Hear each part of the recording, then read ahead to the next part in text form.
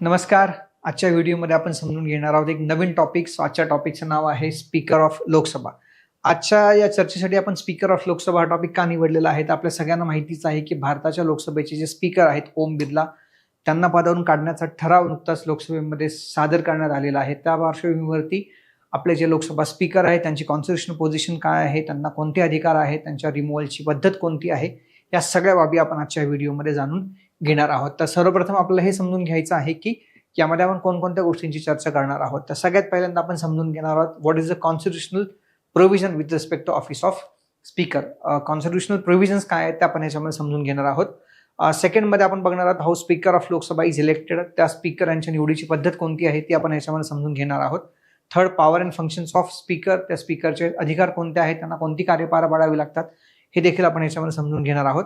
आणि सध्या त्याच्या बाबतीतला असणारा वाद नेमका काय आहे तो देखील आपल्याला समजून घ्यायचा. सो व्हॉट्स द कॉन्ट्रोवर्सी हे पण आपण ह्याच्यामध्ये समजून घेणार आहोत. आणि त्यांना पदावरून काढण्याची प्रक्रिया काय असते, त्याचा घटनात्मक अँगल काय आहे तो देखील आपण याच्यामध्ये समजून घेणार आहोत. सो आजची ही चर्चा आपली ह्या 5 मुद्द्यांवरती केंद्रित असणार आहे. या चर्चेला सुरुवात करताना आपल्याला याच्या कॉन्स्टिट्युशनल प्रोव्हिजन्स कोणत्या आहेत ते माहिती करून घ्यावं लागेल. सो आपल्या राज्यघटनेचा जो भाग 5वा आहे, पार्ट 5 ऑफ द कॉन्स्टिट्यूशन, त्या पार्ट 5 ऑफ द कॉन्स्टिट्यूशन मध्ये आपल्याला जो चॅप्टर 2 दिलेला आहे त्या चॅप्टर 2चं टायटल आहे पार्लमेंट. आणि त्या पार्लमेंटमध्ये आर्टिकल नंबर 93 to 96. याचा अर्थ कॉन्स्टिट्यूशनचं आर्टिकल 93 to 96 हे कशाविषयी बोलत आहे तर स्पीकर ऑफ लोकसभा यांच्याविषयी बोलत आहे. तर त्यातलं आर्टिकल 93 आपल्याला काय सांगतं, तुम्ही जर आर्टिकल 93चं टेक्स्ट वाचलं तुमच्या असं लक्षात येईल तर speaker and deputy speaker of the House of speaker, house of People म्हणजे आपली जी लोकसभा आहे त्याचे स्पीकर आणि त्याचे डेप्युटी स्पीकर. आता बऱ्याचशा मराठी पुस्तकांमध्ये लोकसभेचे अध्यक्ष, लोकसभेचे सभापती असे 2 शब्द वापरलेले आपल्याला दिसतात, पण आपल्या सगळ्यांच्या सोयीसाठी मी त्या स्पीकर हा शब्द वापरतोय. हाऊस ऑफ पीपल शाल ॲज सून ॲज, अगदी जसं शक्य होईल तसं, मे बी चूज 2 मेंबर्स. आपल्याला किती सदस्यांची निवड करायची आहे, 2 सदस्यांची निवड करायची आहे. Of the house to be respectively speaker and deputy speaker. म्हणजे आपल्याला 2 सदस्य याच्यामध्ये निवडायचे आहेत. त्यातला एक सदस्य हा स्पीकर म्हणून काम करेल, त्यातला दुसरा सदस्य हा डेप्युटी स्पीकर म्हणून काम करेल. तर हे 2 पदे याच्यामध्ये आपल्याला निवडायची आहेत. त्याच आर्टिकल 93 नंतर आर्टिकल 94 मध्ये असं म्हटलेलं आहे the vacation, resignation and removal from the office of speaker and deputy speaker. So article 94 जे आहे हे 3 गोष्टी आपल्याला सांगत आहे. त्यातला आहे एक वेकेशन म्हणजे हे पद कधी रिक्त होणार आहे. सेकंड, रेझिग्नेशन म्हणजे जे स्पीकर आहेत त्यांच्या पदाचा राजीनामा कोणत्या परिस्थितीमध्ये होणार आहे. आणि तिसरा त्यातला मुद्दा आहे रिमूव्हल. सो आर्टिकल 94 किती गोष्टींना ऍड्रेस करतं ते 3 गोष्टींना ऍड्रेस करतं. वॅकेशन, पद रिक्त होणं, रेझिग्नेशन म्हणजे त्यांच्या पदाचा राजीनामा, आणि त्यातला तिसरा महत्वाचा शब्द आहे रिमूव्हल. आता जे स्पीकर आहेत किंवा डेप्युटी स्पीकर आहेत त्यांना कोणकोणत्या परिस्थितीमध्ये आपलं पद रिक्त करावं लागतं तर ते आर्टिकल 94 मध्ये सांगितलेलं आहे. 94 आर्टिकलचा सब क्लॉज ए आपल्याला असं सांगतो shall vacate his office if he ceases to be member of the House of People. म्हणजे जर त्यांचं लोकसभा सदस्यत्व कुठल्या कारणामुळे संपुष्टात आलं तर त्या व्यक्तीला, संबंधित व्यक्तीला स्पीकर किंवा डेप्युटी स्पीकर म्हणून पदावरती काम करता येणार नाही, तर त्या क्षणी त्या पदावरून पायउतार होतील. हे वॅकेशन बाबत आहे, म्हणजे ते पद रिक्त कधी होईल तेव्हा आहे. सेकंड मध्ये काय सांगितलेलं आहे, त्यांचं रेझिग्नेशन आहे. त्यांना रेझिग्नेशन कसं द्यायचं आहे, by writing under his hand addressed if such a member is the speaker to the deputy speaker and if such a member is a deputy speaker to speaker. याचा अर्थ असा होतो की स्पीकरनी आपल्या पदाचा राजीनामा हा डेप्युटी स्पीकर यांच्याकडे द्यायचा आहे, आणि जे डेप्युटी स्पीकर आहेत त्यांनी आपल्या पदाचा राजीनामा जो आहे तो स्पीकर यांच्याकडे द्यायचा आहे. म्हणजे हे दोन्ही महत्वाचे कॉन्स्टिट्युशनल ऑफिसेस आहेत, त्यांनी आपल्या पदाचा राजीनामा देताना तो परस्परांकडे देणं अपेक्षित आहे. यापूर्वीच्या इतिहासामध्ये कदाचित तुमच्या मनामध्ये असा प्रश्न उपस्थित झाला की स्पीकर आणि डेप्युटी स्पीकर यांनी एकाच वेळेला जर आपल्या पदाचा राजीनामा दिला तर काय होईल किंवा तसा राजीनामा देता येतो का. याच्यापूर्वी भारतामध्ये असं कधीही घडलेलं नाही की एकाच वेळी ह्या दोन्ही पदांचा राजीनामा एकमेकांकडे दिला गेलेला आहे किंवा एकाच वेळी ही दोन्ही पदं रिक्त झालेली आहेत. त्याच्यानंतर आर्टिकल 94 मध्ये पुढचा जो मुद्दा आहे त्यांच्या पदावरून काढण्यासंबंधीचा आहे. May be removed from his office by a resolution of the House of the people passed by majority of all the then members of the House. म्हणजे त्या सभागृहामध्ये असणारी जी काही मेजॉरिटी आहे, majority of all the then members म्हणजे त्या क्षणी असणारी जी मेजॉरिटी आहे, त्या क्षणी असणारं जे बहुमत आहे त्यांच्या बहुमताच्या आधारे त्यांना पदावरून काढलं जाणार आहे. सो आर्टिकल 94 स्पेसिफिकली कशाबद्दल बोलताय तर आर्टिकल 94 हे त्यांच्या वॅकेशन बद्दल बोलते, म्हणजे पद कसं रिक्त होईल. दुसरं ते त्यांच्या रेझिग्नेशन बद्दल बोलतं. तिसरं त्यांच्या रिमूव्हल बद्दल बोलतं. ह्या रिमूव्हल मधल्या ज्या काही बाबी आहेत, प्रोसिजर आस्पेक्ट्स आहेत, ज्या 94C मध्ये सांगितलेल्या आहेत, तर ते आपण पुढच्या एका स्लाइडमध्ये बघणार आहोत. त्याच्यानंतर आपण जातो आर्टिकल नंबर 95 मध्ये. त्याच्यामध्ये काय म्हटलेलं आहे, power of the deputy speaker or other person to perform the duties of the office of or to act as a speaker. म्हणजे कोणत्या परिस्थितीमध्ये डेप्युटी स्पीकर आहेत हे स्पीकर ह्या पदावरती जाऊ शकतात किंवा स्पीकर या पदाचं कार्य पार पाडू शकतात. जर स्पीकर म्हणजे लोकसभा सभापतींचं पद हे कुठल्या कारणामुळे रिक्त झालं असेल तर त्या परिस्थितीमध्ये डेप्युटी स्पीकर असतील म्हणजे लोकसभेचे उपसभापती असतील ते त्या स्पीकरच्या पदावरती जातील आणि ते स्पीकरच्या पदाची जबाबदारी पार पाडतील. आणि जर अशा वेळेला स्पीकर हे पद रिक्त आहे, डेप्युटी स्पीकर हे सुद्धा पद जर रिक्त असेल, office of the deputy speaker is also vacant, then by such a member of the House of the People as the President may appoint for the purpose. म्हणजे जेव्हा स्पीकर पदावरती असतील तर ते स्पीकर म्हणून काम करतील, स्पीकर पदावरती नसतील तर वॅकेट असेल त्यावेळेला डेप्युटी स्पीकर त्या पदावरती येतील. आणि ज्या वेळेला दोन्ही पदं स्पीकर पण नाहीयेत, डेप्युटी स्पीकर पण नाहीयेत, मग त्यावेळेस कामकाज कोण करेल तर ते कामकाज कोणाच्या अध्यक्षतेखाली होईल हे राष्ट्रपती ठरवतात. याच्यावरती आपल्याला प्रिलिम्समध्ये प्रश्न येऊ शकतो की in the case of vacation of Office of the Speaker and Deputy Speaker, the person to be appointed to act as a Speaker shall be appointed by आणि खाली ऑप्शन्स असू शकतात. तिथे आपल्याला प्रेसिडेंट हा ऑप्शन क्लिक करावा लागेल. So article 95 आपल्याला याच्याबद्दल बोलतं.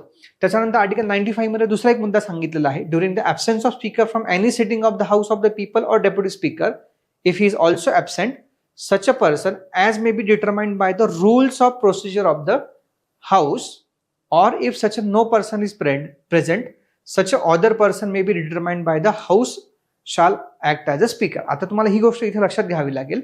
95 चा जो सब क्लॉज 1 होता त्याच्यामध्ये काय सांगितलेलं आहे, जर स्पीकर हे पद रिक्त असेल तर डेप्युटी स्पीकर काम करतील आणि डेप्युटी स्पीकर हे सुद्धा पद रिक्त असेल तर त्या पदावरती कोण असेल हे कोणामार्फत ठरवलं जाईल तर ते प्रेसिडेंट यांच्या मार्फत ठरवलं जाईल. पण हे कधी ही स्पेशल केस आहे. ही स्पेशल केस कोणत्या अर्थाने आहे, जर ते पद रिक्त असेल तर आहे. During ordinary course of business म्हणजे रोज सभागृहाचं कामकाज चालू असताना प्रत्येक वेळा त्या कामकाजामध्ये स्पीकर असतीलच असं नव्हे. जर स्पीकर काही कारणामुळे त्या सभागृहामध्ये उपस्थित नाहीत तर त्यावेळेला ते काम डेप्युटी स्पीकर यांनी करायचं आहे. म्हणजे पदाचा क्रम मात्र निश्चित आहे, स्पीकर नसतील तर डेप्युटी स्पीकर. मात्र इथे डेप्युटी स्पीकर पण त्यावेळेला गैरहजर असतील तर पदावरती कोणी बसायचं आहे, तर रूल्स ऑफ प्रोसिजरमध्ये जे सांगितलेलं आहे त्याच्यानुसार एखादा लोकसभेचा सदस्य त्या पदावरती काम करेल. आता तुम्हाला पॅनल ऑफ चेअरपर्सन किंवा लोकसभेचे तालिका अध्यक्ष ही संकल्पना जर माहिती असेल तर तुमच्या असं लक्षात येईल की ज्या वेळेला स्पीकर सभागृहामध्ये गैरहजर आहेत त्यावेळेला डेप्युटी स्पीकर काम करतात.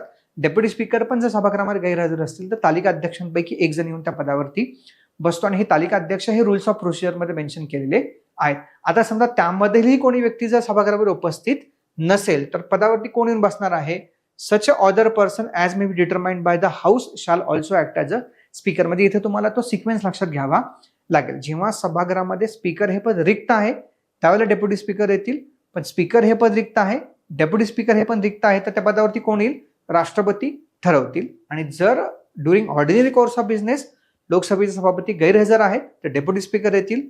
डेप्युटी स्पीकर सुद्धा गैरहजर असतील तर रूल्स ऑफ प्रोसिजरमध्ये सांगितल्याप्रमाणे एक व्यक्ती त्या पदावरती येईल आणि त्यामधलाही व्यक्ती जर सभागृहामध्ये हजर नसेल तर सभागृह ज्याला अपॉइंट करेल त्या व्यक्तीच्या आधारे सभागृहाचं कामकाज पार पाडलं जाईल.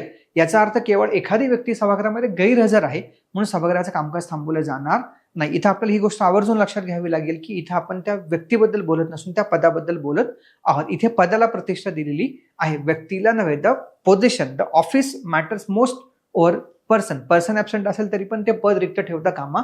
हेच आर्टिकल 95 आपल्याला सूचित करतं. त्याच्यावरती पण आपल्याला एखाद्या प्रिलिम्सला प्रश्न येऊ शकतो. आता आर्टिकल 96 मध्ये काय सांगितलेलं आहे, the speaker or deputy speaker not to preside while resolution for removal from the office is under consideration. म्हणजे जर स्पीकर किंवा डेप्युटी स्पीकर यांना पदावरून काढण्याचा जर ठराव लोकसभेमध्ये दाखल झाला असेल तर तो ठराव ज्यावेळेला प्रक्रिया त्याची चालू असेल त्यावेळेला स्पीकर किंवा डेप्युटी स्पीकर हे आपल्या पदावरती असणार नाही. याचा साधा अर्थ असा होतो की जेव्हा त्यांना पदावरून काढण्याची चर्चा आणि प्रक्रिया सुरू असेल त्यावेळेस त्या प्रक्रियेमध्ये कुठल्याही प्रकारचा पक्षपातीपणा होऊ नये म्हणून स्पीकर किंवा डेप्युटी स्पीकर दोघांनाही आपल्या पदावरती तिथे बसता येणार नाही. आणि तोच जो सगळा तपशील आहे तो त्याच्यामध्ये सगळा सांगितलेला आहे. ॲज लॉंग ॲज ती पदावरून काढण्याची प्रक्रिया चालू आहे तोपर्यंत ना पदावरती बसता येणार नाही.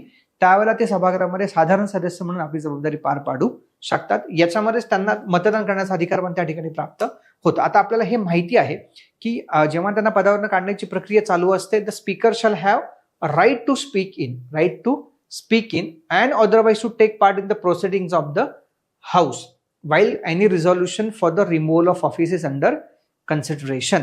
त्याच्यामध्ये त्यांना तो बोलण्याचा अधिकार आहे, चर्चेमध्ये सहभागी होण्याचा अधिकार आहे आणि त्यावेळेला त्यांना मतदानाचा पण अधिकार आहे. जेव्हा एखादा लोकसभेचा सदस्य स्पीकर म्हणून काम करतो, त्यांना कास्टिंग वोट देण्याचा म्हणजे निर्णायक मत देण्याचा अधिकार या ठिकाणी प्रदान केला गेलेला आहे. मात्र ज्यांना त्यावेळेस पदावरून काढण्याची प्रक्रिया सुरू असते, त्यावेळेला ते स्पीकर किंवा डेप्युटी स्पीकर म्हणून काम करत नाही. त्यावेळेला ते साधारण सदस्य म्हणून जेव्हा काम करतात, त्यावेळेला त्यांना जो अधिकार मिळतो तो साधारण सदस्य सारखा मिळतो. मग त्यांना साधारण सदस्य म्हणून मतदान करता येतं, मात्र त्यांना कास्टिंग वोट या ठिकाणी देता येणार नाही. हेच आर्टिकल 96 आपल्याला या ठिकाणी सांगतं. म्हणजे आपल्याला जर कॉन्स्टिट्युशनल प्रोव्हिजन जर नीट लक्षात आले असतील तर स्पीकर आणि डेप्युटी स्पीकर हे कशा प्रकारे काम करतात ह्या सगळ्या बाबी त्यामध्ये लक्षात येऊ शकतात. सो आर्टिकल नंबर 93 to 96 मध्ये ह्या गोष्टी आपल्याला सांगितलेल्या दिसतात. आता आपण ह्या स्पीकर या पदाची जेव्हा एवढी चर्चा करत आहोत, त्यावेळेला मग ते स्पीकर त्यांची निवड कशी होते, त्यांच्या पदाचा कालावधी काय आहे ते देखील आपल्या लक्षात घ्यावा लागेल. आता जेव्हा एखाद्या लोकसभेची निवडणूक होते आणि लोकसभेची जेव्हा पहिल्यांदा बैठक होते, त्यावेळेला राष्ट्रपती त्या सभागृहातल्या एका ज्येष्ठ सदस्याची प्रोटेम स्पीकर म्हणून अपॉइंटमेंट करतात. हा प्रोटेम स्पीकर काय असतो, तर त्या प्रोटेम स्पीकरकडे त्या लोकसभेच्या सर्व सदस्यांना शपथ देण्याची जबाबदारी असते आणि त्याच वेळेला प्रोटेम स्पीकरच्या अध्यक्षतेखाली लोकसभा सभापतीची निवडणूक होते. म्हणजे ज्या व्यक्तीला लोकसभा सभापतीची निवडणूक लढवायची आहे त्याला अर्ज दाखल करावा लागेल आणि प्रोटेम स्पीकरच्या अध्यक्षतेखाली लोकसभा सभापतीची निवडणूक होईल. अर्थात लोकसभेमध्ये ज्या पक्षाला बहुमत मिळालेलं आहे त्याच पक्षाचा लोकसभा स्पीकर होण्याची शक्यता ही दाट आहे. आणि एकदा का स्पीकर निवडला गेला त्या निवडणूक प्रक्रियेद्वारे, त्यावेळेला प्रोटेम स्पीकर जे आहेत ते आपलं पद सोडतील आणि स्पीकर हे त्या पदावरती विराजमान होतील. आणि एकदा का स्पीकर त्या पदावरती विराजमान झाले तर ते ठरवतात की डेप्युटी स्पीकर ह्या पदासाठीची निवडणूक कधी घ्यायची. मग त्याच्यानंतर ते जे ठरवतात त्याच्यानुसार डेप्युटी स्पीकर ह्या पदाची निवडणूक घेतली जाते आणि मग स्पीकर पण अपॉइंट झालेले आहेत आणि डेप्युटी स्पीकर पण अपॉइंट झालेले आहेत असं आपल्याला लक्षात येतं. आता या ठिकाणी आपल्याला ही गोष्ट आवर्जून लक्षात घ्यायची आहे की लोकसभेमध्ये बहुतांश संख्याबळ ज्या पक्षाचा आहे त्या पक्षाकडून स्पीकर निवडला जाण्याची शक्यता दाट असते. या संसदीय परंपरेमध्ये कन्व्हेन्शन, एक परंपरा अशी विकसित झालेली आहे ज्यामध्ये जर स्पीकर हा सत्ताधारी पक्षाकडून आला असेल तर डेप्युटी स्पीकर हा विरोधी पक्षाकडे घेण्याची प्रथा किंवा कन्व्हेन्शन आपल्याकडे विकसित झालेलं दिसतं. अर्थात हा रूल नाही, याच्यावरती पण एकदा परीक्षेला प्रश्न आलेला आहे. ही गोष्ट आपल्याला या ठिकाणी लक्षात घ्यावी लागेल. मग स्पीकर सत्ताधारी पक्षाकडून, विरोधी डेप्युटी स्पीकर हा विरोधी पक्षाकडून, असं साधारणतः आपल्याला ती विभागणी झालेली दिसते. मात्र इथे आपल्याला ही गोष्ट लक्षात ठेवावी लागेल की जेव्हा एखादा खासदार स्पीकर किंवा डेप्युटी स्पीकर म्हणून काम करतो त्यावेळेला तो त्या पक्षाला रिप्रेझेंट करत नाही. त्याची भूमिका अत्यंत निष्पक्ष असायला पाहिजे. त्यांनी त्याला कॉन्स्टिट्यूशन दिलेली जबाबदारी अत्यंत निष्पक्ष पद्धतीने पार पाडायला पाहिजे. हे त्या इलेक्शन बाबत आहे. आता आपण टेन्युअरचा जेव्हा विचार करतो तर लोकसभा स्पीकर आहेत किंवा लोकसभा डेप्युटी स्पीकर आहेत, त्यांचा कालावधी किती असतो, तर जोपर्यंत ते सभागृहाचा सदस्य आहे तोपर्यंत त्या पदावरती ते कायम राहतात. जर कुठल्या कारणामुळे त्यांचं पद रिक्त झालं तर त्यांना आपलं पद सोडावं लागेल.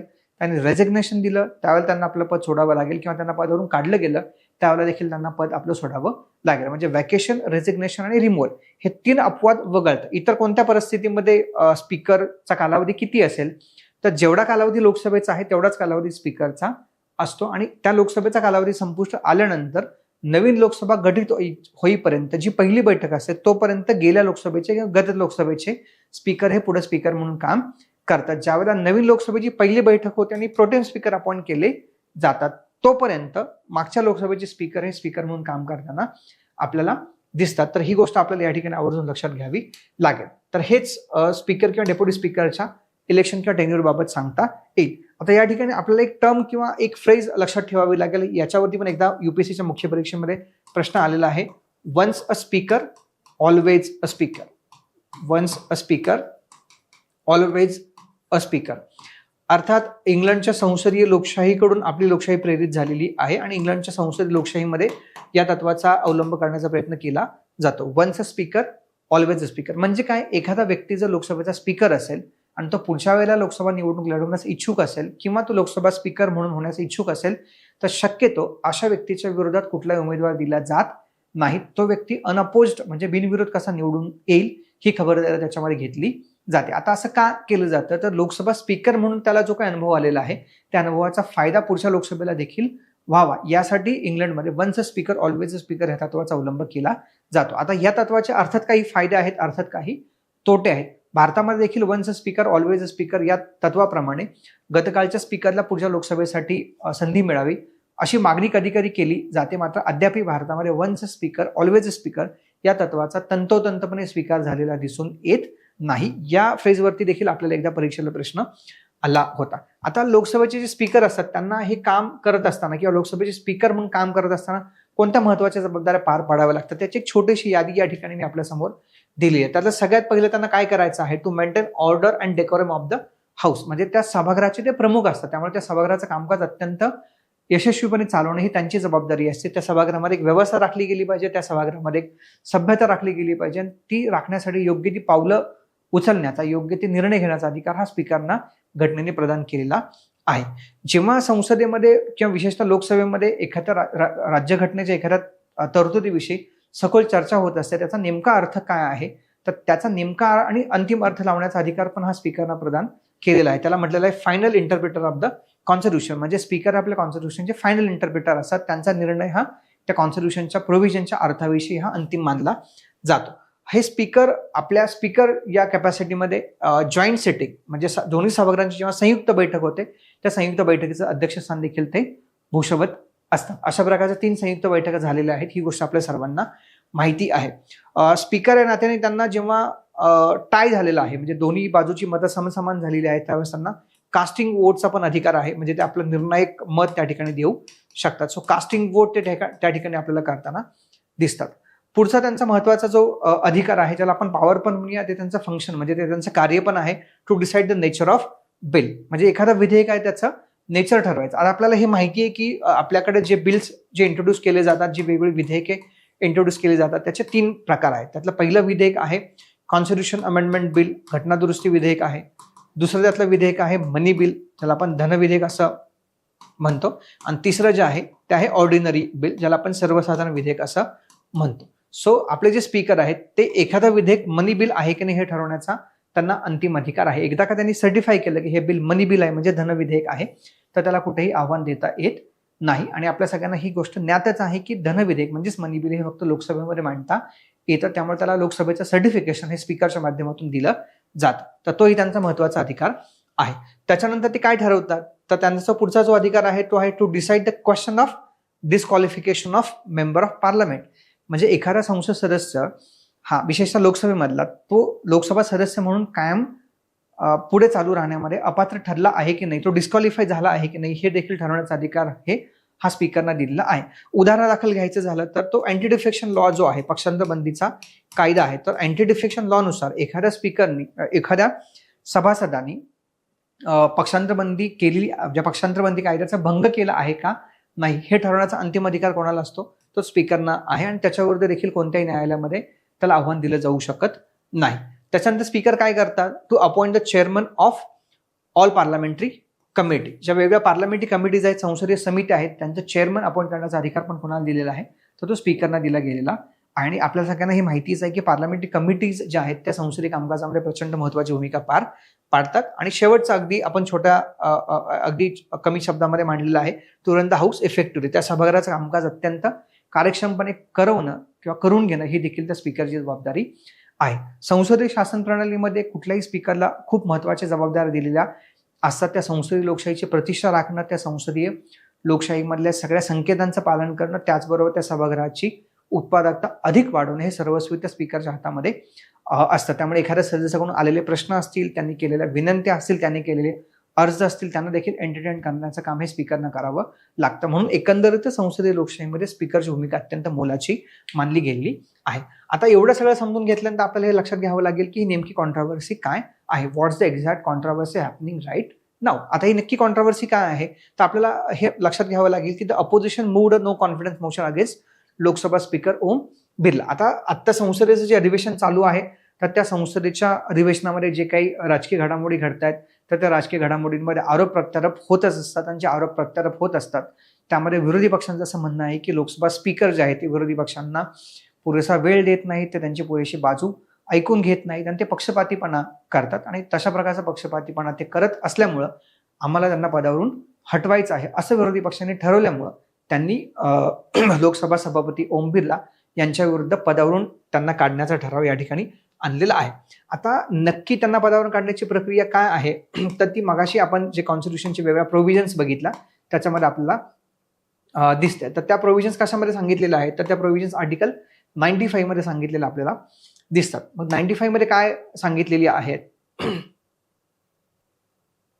माफ करा, त्या ज्या प्रोव्हिजन्स आहेत त्या आपल्याला आर्टिकल 94 मध्ये सांगितलेल्या दिसतात. Vacation, resignation and removal from the office of speaker and deputy speaker. त्यातल्या ह्या रिमूव्हल या शब्दावरती आपण जास्त फोकस करणार आहोत, कारण आता त्यांना पदावरून काढण्याची जी प्रक्रिया आहे, रिमूव्हलची प्रोसेस त्याच्यामध्ये सुरू आहे.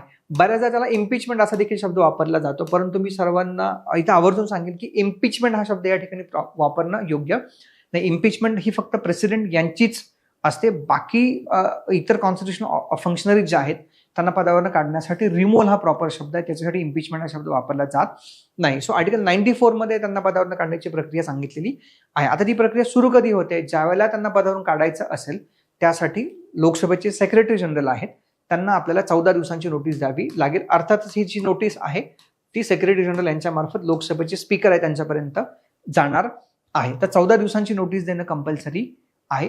लोकसभेच्या सगळ्या नोटिसा ह्या सगळ्या लोकसभेचे सेक्रेटरी जनरल यांच्यामार्फत लोकसभेच्या स्पीकर यांच्यापर्यंत जातात. तर त्यांना 14 दिवसांची नोटीस या ठिकाणी दिली जाते. अर्थात 14 दिवसांची नोटीसच का, तर 14 दिवसांचा कालावधी हा रिझनेबल मानला गेलेला आहे. त्यांना आपला डिफेन्स तयार करायचा असेल आणि विरोधी पक्षांना देखील त्यांच्यावरच्या आरोपांची पुष्टी करायची असेल तर ह्या सगळ्यांसाठीचा पुरेसा अवधी म्हणून 14 दिवसांचा कालावधी त्याच्यामध्ये दिलेला आहे. मग 14 दिवसांनंतर त्यांचा जो ठराव आहे लोकसभेमध्ये जो मांडला गेलेला आहे तो चर्चेसाठी येणार आणि लोकसभेमध्ये त्याच्यावरती सखोल चर्चा होणार आहे. आणि लोकसभेमध्ये जेव्हा त्याच्यावरती सखोल चर्चा होईल, ती चर्चा झाल्यानंतर लोकसभेमध्ये त्याच्यावरती मतदान घेतलं जाईल आणि त्या मतदानामध्ये तुम्ही जर मगाशी आर्टिकल 94 बघितलं असेल तर त्याच्यामध्ये असं म्हटलंय, majority of all the then members of the house, म्हणजे त्या दिवशी सभागृहामध्ये जेवढे सदस्य हजर आहेत त्यांच्या बहुमताच्या आधारे त्यांना पदावरून काढलं जाईल. त्यासाठी तो जो ठराव आहे तो त्या बहुमताच्या आधारे संमत करणं आवश्यक आहे. त्यामुळं आर्टिकल 94 च्या 3 गोष्टींबद्दल बोलतं, वॅकेशन, रेजिग्नेशन अँड रिमूव्हल. तर त्यामध्ये ही प्रक्रिया नमूद केली गेलेली आहे. आतापर्यंत आपण जर इतिहास बघितला अगदी गणेश वासुदेव मावळणकर यांच्यापासून ओम बिर्ला यांच्यापर्यंत, तर आपल्याला असं लक्षात येतं की लोकसभेच्या कोणत्याही सभापतीला आपल्याकडे पदावरून काढलं गेलेलं नाही. अर्थात यासाठी प्रयत्न झालेले आहेत. म्हणजे अगदी लोकसभेचे पहिले जे स्पीकर आहेत गणेश वासुदेव मावळणकर त्यांच्या विरुद्ध देखील त्यांना पदावरून काढण्यासाठी रिमूव्हलसाठीचा ठराव मांडला गेला होता, परंतु अर्थात तो संमत झालेला नव्हता आणि तो संमत होण्याची आताही शक्यता अत्यंत कमी आहे. कारण हे जे बहुमत या ठिकाणी मिळणं आवश्यक आहे ते बहुमत त्यांना प्रत्यक्षात मिळेलच असं नव्हे. त्याचं साधं कारण असे की सत्ताधारी पक्षाचं बहुमत हे लोकसभेमध्ये आपल्याला मोठ्या प्रमाणावरती दिसून येतं. त्यामुळे आता जी कॉन्ट्रोव्हर्सी सुरू आहे त्याच्यामध्ये त्यांना ती सभागृहामध्ये ठराव मांडला गेलेला आहे, 14 दिवसांची नोटीस दिली गेलेली आहे. मात्र त्याच्यावरती मतदान होऊन तो ठराव संमत होणार की नाही याच्यासाठी काही काळ आपल्याला जावा लागेल. त्याच्यानंतर आपण बघणार आहोत की या घटकावरती कोणते PYQs आपल्याला या ठिकाणी दिसतात. So with reference to speaker of Lok Sabha consider the following statement. हा UPSC CSE मध्ये विचारलेला प्रश्न आहे. प्रिलिम्स मध्ये 2024 सालचा प्रश्न आहे. काय म्हटलेलं आहे, while any resolution for the removal of the speaker of Lok Sabha is under consideration. म्हणजे त्यांना पदावरून काढण्यासाठीचं रिझोल्युशन जर अंडर कन्सिडरेशन असेल तर काय आहे, ही or she shall not preside, त्यांनी सभापती म्हणून काम करणं अपेक्षित नाही. He she shall not have right to speak, त्यांना बोलण्याचा अधिकार नाही. He she shall not be entitled to vote on the resolution in the first instance. हे 3 विधानं दिलेली आहेत आणि आपल्याला विचारलेलं आहे which of the statement given above is are correct, आणि हे खाली पर्याय दिलेले आहेत. आता 94 आर्टिकल जे आहे त्याच्यामध्ये ती प्रक्रिया सांगितलेली आहे, पण जर तुम्ही आर्टिकल 96 जर पाहिलं तर तुमच्या असं लक्षात येईल, the speaker or deputy speaker not to preside while a resolution for removal from office is concern. मग त्यांना त्या पदावरती बसता येणार नाही, नॉट टू प्रिसाइड. तर हे तुम्हाला ऑप्शन्समध्ये दिसतं. पण त्याच वेळेला आपण ही गोष्ट या ठिकाणी अंडरलाईन केली होती, the speaker shall have right to speak, त्यांना बोलण्याचा अधिकार आहे आणि त्याच्यामध्ये त्यांना असाही अधिकार आहे की shall notwithstanding anything article 100 be entitled to vote only in first instance on such a resolution. म्हणजे त्यांना मतदानाचा अधिकार पण आहे. स्पीकर म्हणून त्यांना कास्टिंग वोट आहे, पण स्पीकर जेव्हा सर्वसाधारण मेंबर ऑफ पार्लमेंट होणार आहे, जेव्हा त्यांना पदावरून काढलं जाणार आहे, तेव्हा त्यांना मतदानाचा अधिकार पण आहे. मग आपण जर ह्या प्रश्नाच्या पर्यायांकडे आलो तर आपल्याला असं लक्षात येतं की ते पदावरती बसत नाहीत हे विधान बरोबर आहे. Shall not have right to speak असं म्हटले, परंतु त्यांना मतदानाचा अधिकार बोलण्याचा अधिकार आहे, त्यामुळे हे विधान चुकीचं आहे. This statement is wrong. तिसरं जे स्टेटमेंट आहे shall not be entitle to vote असं म्हटलेलं आहे, पण आताच आपण बघितलं त्या कॉन्स्टिट्युशनल प्रोव्हिजन्स मध्ये की त्यांना मतदानाचा पण अधिकार आहे, त्यामुळे हे विधान चुकीचं आहे. याचा अर्थ अमंगस्ट ऑल दिस 6 स्टेटमेंट एक आहे तेच करेक्ट आहे. सो ऑप्शन ए तुम्हाला याच्यामध्ये क्लिक करावा लागेल. याच्यासाठी तुम्हाला थोडं आर्टिकल ते व्यवस्थित वाचलं असतं तर तुम्हाला कदाचित हा प्रश्न निश्चितपणे सुटता आला असता. त्याचं उत्तर या ठिकाणी आपल्याला दिलेलं आहे. त्याच्यानंतर अजून एक प्रश्न विचारलेला आहे, तो डेप्युटी स्पीकरच्या बाबतीमध्ये विचारलेला आहे. आता तुम्ही बारकाईने आर्टिकल 93 to 96 वाचलं तर स्पीकर आणि डेप्युटी स्पीकर हे दोन्ही उल्लेख आपल्याला सोबत आलेले दिसतात. त्यामुळे स्पीकर आणि डेप्युटी स्पीकरच्या प्रोव्हिजन्स ह्या सोबतच आहेत, ही गोष्ट आपल्याला या ठिकाणी लक्षात घ्यावी लागेल. Now with reference to the deputy speaker of the Lok Sabha consider the following statement. 2022 हा प्रश्न आहे. As per the rules of procedure and conduct of business in Lok Sabha the election of deputy speaker shall be held on such a date as the speaker may fix. हे एक विधान त्याच्यामध्ये दिलं आहे की डेप्युटी स्पीकरचं इलेक्शन कधी घ्यायला पाहिजे. आता इथं मी तुम्हाला कॉन्सेप्च्युअली गोष्ट सांगतो की ज्या प्रोव्हिजन्स कॉन्स्टिट्यूशनमध्ये एक्सप्लिसिट दिलेल्या आहेत त्या तुम्हाला कॉन्स्टिट्यूशनमध्ये सापडतील, पण ज्या प्रोव्हिजन्स कॉन्स्टिट्यूशनमध्ये दिलेल्या नाहीत मात्र पार्लमेंटच्या दैनंदिन बिझनेसमध्ये वापरल्या जातात, त्यातल्या खूप साऱ्या गोष्टी तुम्हाला रूल्स ऑफ प्रोसिजर आणि कंडक्ट ऑफ बिझनेस यामध्ये सापडतील. म्हणजे लोकसभेचं एक रूल्स ऑफ प्रोसिजर नावाचं बुकलेट आहे आणि कंडक्ट ऑफ बिझनेस नावाचं एक बुकलेट आहे. राज्यसभेचं पण तसं एक रूल्स ऑफ प्रोसिजर नावाचं बुकलेट आहे ज्याच्यामध्ये हे सगळे रूल्स नमूद केलेले आहेत. त्यामुळे ज्या गोष्टी कॉन्स्टिट्यूशनमध्ये सांगितलेल्या नाहीत त्या गोष्टी आपल्याला रूल्स ऑफ प्रोसिजरमध्ये किंवा कंडक्ट ऑफ बिझनेस रूल्समध्ये सांगितलेल्या दिसतात, विशेषतः पार्लमेंटरी बिझनेसच्या बाबतीमध्ये. त्यामुळे इथे त्याचा संदर्भ घेऊन हे विधान तयार केलेलं आहे. सेकंड स्टेटमेंट आपण बघूया. There is a mandatory provision. काय आहे? मॅन्डेटरी सक्तीची provision that the election of the candidate as the deputy speaker of the Lok Sabha shall be from either the principal opposition party or ruling party. ते mandatory आहे की तिकडून घ्यायला पाहिजे असं विधान आपल्याला सांगतं. अगदी तुम्ही थोड्या वेळापूर्वीचं डिस्कशन जर तुम्ही रिकॉल केलं तुमच्या असं लक्षात येईल ते कन्व्हेन्शन आहे, ते मॅन्डेटरी केलं गेलेलं नाही तर ती परंपरा आहे. आपल्याला तसंच करायला पाहिजे असं नाही, परंतु बहुतांश संसदीय परंपरेचं आपण पालन करतो. Third, deputy speaker has the same power as of the speaker when presiding over the sitting of the house and no appeal lies against his ruling. आता आपल्याला ही पण गोष्ट यामध्ये लक्षात ठेवावी लागेल की स्पीकर जेव्हा पदावरती असतील त्यास डेप्युटी स्पीकरांना कोणताही रोल नसेल, मात्र स्पीकर पदावरती नाहीत, डेप्युटी स्पीकर त्या पदावरती आलेत तर ते डेप्युटी स्पीकर म्हणून तिथे न बसता स्पीकर म्हणून बसतात. त्यावेळी त्यांना जे अधिकार दिलेले आहेत ते कोणासारखे दिलेले आहेत तर ते सगळे स्पीकर सारखे असतात. त्यामुळे त्यांचा जो निर्णय आहे तो स्पीकरचा निर्णय मानला जातो, त्यामुळे त्यांच्या निर्णयाविरुद्ध पण कुठलंही अपील करता येत नाही.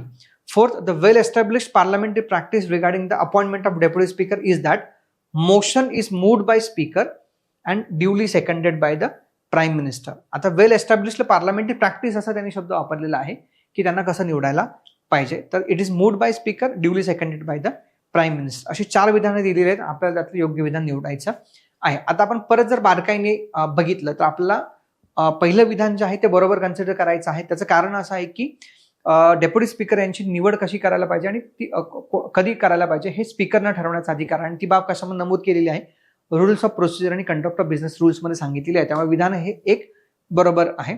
सेकंड मध्ये बघितलं तर मॅन्डेटरी प्रोव्हिजन आहे का की नाही, ते कन्व्हेन्शन आहे, त्यामुळे सेकंड स्टेटमेंट इज रॉंग.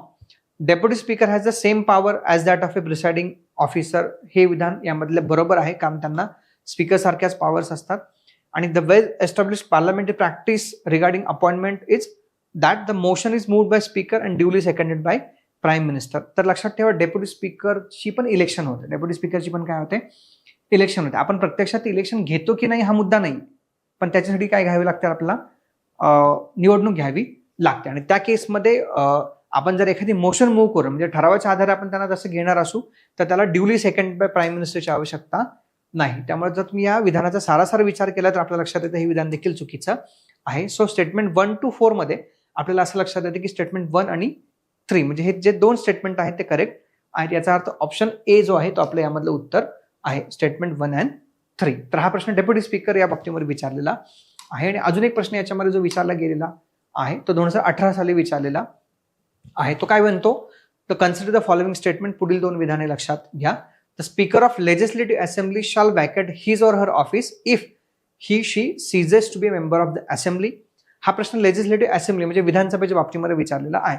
आता जसं मी तुम्हाला म्हणालो की 93 to 96 स्पीकर आणि डेप्युटी स्पीकर बद्दल बोलतात आणि ज्या तरतुदी आपण लोकसभेच्या स्पीकर आणि डेप्युटी स्पीकर बाबत बोलत आहोत अगदी तंतोतंतपणे तशाच तरतुदी हे विधानसभेच्या स्पीकर आणि डेप्युटी स्पीकर यांना लागू होतात, एक्सेप्ट त्यांचा कॉन्स्टिट्युशनल आर्टिकल फक्त बदललेला आहे, बाकी सगळ्या तरतुदी सारख्याच आहेत. त्यामुळं जेव्हा लेजिस्लेटिव्ह असेंब्लीचे स्पीकर कधी व्हॅकेट करतात, जेव्हा ते त्या सभागृहाचे मेंबर होण्याचं थांबतात. तर हे विधान आपल्याला लक्षात घ्यायचं, हे विधान अर्थातच बरोबर आहे. सेकंड स्टेटमेंट त्यातलं असं आहे, whenever the legislative assembly is dissolved the speaker shall vacate his or her office immediately. त्यांनी आपलं पद लगेच सोडायला पाहिजे. अगदी थोड्या वेळापूर्वीचं डिस्कशन तुम्ही जर रिकॉल केलं तुमच्या असं लक्षात येईल की नवीन लोकसभा अस्तित्वात येईपर्यंत जुन्या लोकसभेचे स्पीकर कायम राहतात. याच न्यायाने नवीन विधानसभा अस्तित्वात येईपर्यंत जुन्या विधानसभेचे स्पीकर हे कायम राहणार आहेत. म्हणजेच एखाद्या विधानसभेचं विसर्जन झालं तर स्पीकरला आपलं पद इमिजिएटली रिक्त करण्याची आवश्यकता नाही. त्यामुळे हे जे विधान आहे ते विधान चुकीचं आहे. सो या दोन विधानांपैकी एकच विधान बरोबर आहे आणि ते विधान क्रमांक 1 आहे, जे आपल्याला पर्याय ए मध्ये दिसून येतं. तर हे देखील या प्रश्नाचं उत्तर आहे. तर स्पीकर आणि डेप्युटी स्पीकर या घटकावरती आपल्याला गेल्या 7 ते 8 वर्षांमध्ये 3 PYQs विचारलेले दिसतात. अर्थात आपल्याला एक प्रश्न मुख्य परीक्षेमध्ये पण विचारला गेलेला होता, once a speaker always a speaker, अशा अर्थाने तो प्रश्न आपल्याला मुख्य परीक्षेमध्ये विचारला गेला होता की once a speaker always a speaker ही जी इंग्लंडच्या संसदीय लोकशाहीतली परंपरा आहे त्याचा स्वीकार आपण करायला पाहिजे का, अशा आशेने आपल्याला मुख्य परीक्षेमध्ये विचारलेला प्रश्न होता. याच्या जोडीला स्पीकर यांचे जे पॉवर्स अँड फंक्शन्स आहेत त्याच्यावरती पण आपल्याला एखादा प्रश्न विचारला जाऊ शकेल किंवा त्यांच्या न्यूट्रलिटीवरती पण एखादा प्रश्न मेन्सला विचारला जाऊ शकेल. अर्थात स्पीकर जे आहेत त्यांनी अत्यंत न्यूट्रल पद्धतीने आपलं काम करणं अपेक्षित आहे. त्या कॉन्टेक्स्टमध्ये त्यांचे पॉवर्स कोणते आहेत, त्यांच्या फंक्शन्स कोणते आहेत, हा देखील प्रश्न याच्यामध्ये आपल्याला विचारला जाऊ शकतो. त्यामुळे स्पीकर घटकाचा अभ्यास करताना आपल्याला ह्या सगळ्या गोष्टी अगदी बारकाईने बघाव्या लागतील. ह्या सगळ्या गोष्टी तुम्ही बारकाईने बघितल्या तर अगदी प्रिलिम्स मधला प्रश्न असो किंवा मेन्स मधला प्रश्न असो तुम्हाला तो सोडवण्यामध्ये कोणती अडचण येणार नाही. सो आजच्या व्हिडिओमध्ये आपण एवढंच बघणार आहोत. पुन्हा एकदा नवीन व्हिडिओसह आपण तुमच्या भेटीला येणारच आहोत. तुम्हाला हा व्हिडिओ आवडला असेल तर प्लीज लाईक करा, शेअर करा आणि सबस्क्राईब करा आणि पुन्हा एकदा नवीन व्हिडिओच्या माध्यमातून आपण भेटणार आहोत. तोपर्यंत धन्यवाद.